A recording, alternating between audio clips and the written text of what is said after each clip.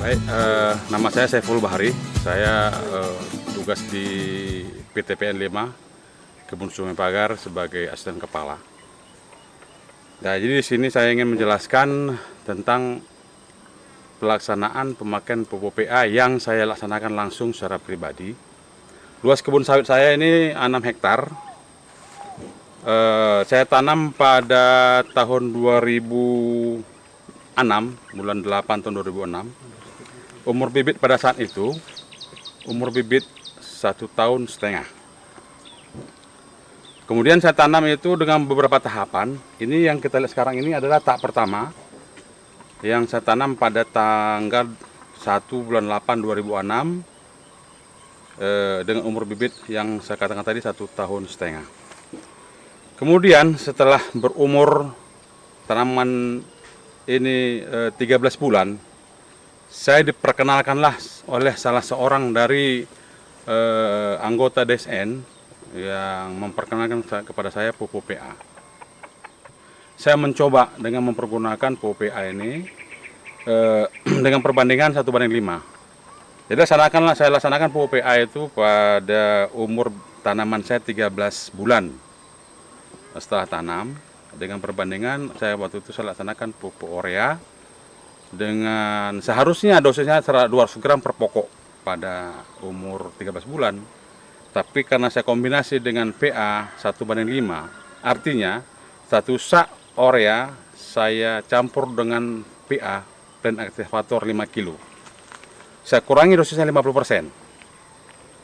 Artinya yang seharusnya 200 gram per pokok, saya jadikan jadi 100 gram per pokok. Dengan pelaksanaannya sesuai dengan sistem yang dilaksanakan secara umum oleh petani, yaitu cara menabur di sekitar pohon sawit.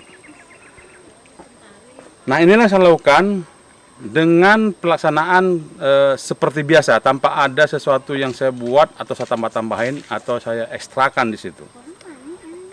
Nah, kemudian di luar dugaan saya pada saat umur 8 bulan setelah saya pupuk, lebih kurang umur 18 bulan tanam, itu sudah mulai menunjukkan keluarnya buah, yang istilah awam itu dikatakan buah pasir. Tapi yang anehnya, yang keluar tuh di sawit saya ini bukan buah pasir, justru burnulnya besar-besar. Pada saat itu saya juga agak terkejut,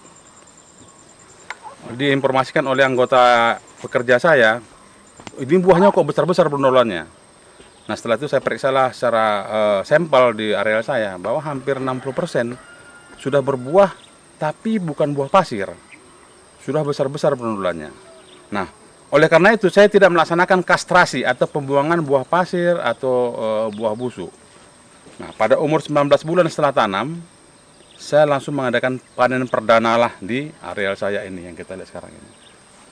Nah, itulah awalnya saya berkenalan dengan pupuk PA. Nah, setelah saya lihat ada bukti-bukti yang saya laksanakan di lapangan, setelah itu saya langsung lagi mengkontak, menghubungi teman saya untuk melanjutkan program saya dengan mempergunakan pupuk PA. Nah, setelah itu barulah saya melaksanakan pupuk PA itu setiap 3 bulan sekali. Dengan jenis pupuk yang sesuai dengan program saya, misalnya contohnya, setelah itu saya jadwal pemupukan saya pupuk KCL atau MOP. Nah, saya laksanakanlah pelaksanaan pupuk KCL itu dengan saya kombinasikan dengan pupuk PA tadi. Perlakuannya sama seperti yang awal tadi, 50% dari dosis. Nah, ini saya lakukan 3 bulan sekali. Kemudian saya kombinasi lagi setelah 3 bulan kemudian saya pupuk dengan dolomit, yang juga perlakuannya sama seperti yang saya sampaikan tadi. Jadi dengan hitungan-hitungan seorang tani bahwa dengan menggunakan kombinasi pupuk tunggal yang saya laksanakan dengan mempergunakan PA, terjadi penghematan penggunaan pupuk 20%. Nah, inilah yang saya terapkan sampai sekarang, sehingga ada keuntungan yang saya rasakan. Pertama, keuntungannya adalah masa TBM saja disingkat, yang seharusnya 3 tahun menjadi 1 tahun 9 bulan. Setelah itu dia langsung menjadi TM, tanaman menghasilkan. Itu salah satu keuntungan. Yang sekarang kita lihat ini sekarang umurnya 3 tahun 2 bulan. Inilah umur tanaman saya 3 tahun 2 bulan yang sudah saya panen selama 14 bulan. Yang kita lihat sekarang ini sudah saya panen selama 14 bulan. Nah, kemudian keuntungan kedua adalah penghematan biaya pupuk. Penghematan biaya pupuk 20% dari total anggaran standar atau total anggaran rekomendasi. Jadi ada penghematan pupuk yang saya rasakan. Satu, penghematan pupuk. Kedua, masa TBM saja disingkat. Nah, inilah yang keuntungan saya rasakan, dan sampai sekarang ini masih terus saya pergunakan dengan sistem 3 bulan sekali saya laksanakan pupuk tunggal dengan kombinasi pupuk plant activator dari DXN. Itulah yang saya rasakan sampai dengan saat ini. Jadi mungkin ini perlu pengembangan atau perlu analisis lebih lanjut, karena akan saya laksanakan ini seterusnya, mungkin sampai tahun-tahun depan akan menjadi bahan evaluasi, karena ini semua tercatat dalam arsip atau dalam dokumen saya untuk menjadi bahan evaluasi kepada saya pribadi maupun kepada rekan-rekan dari DSN.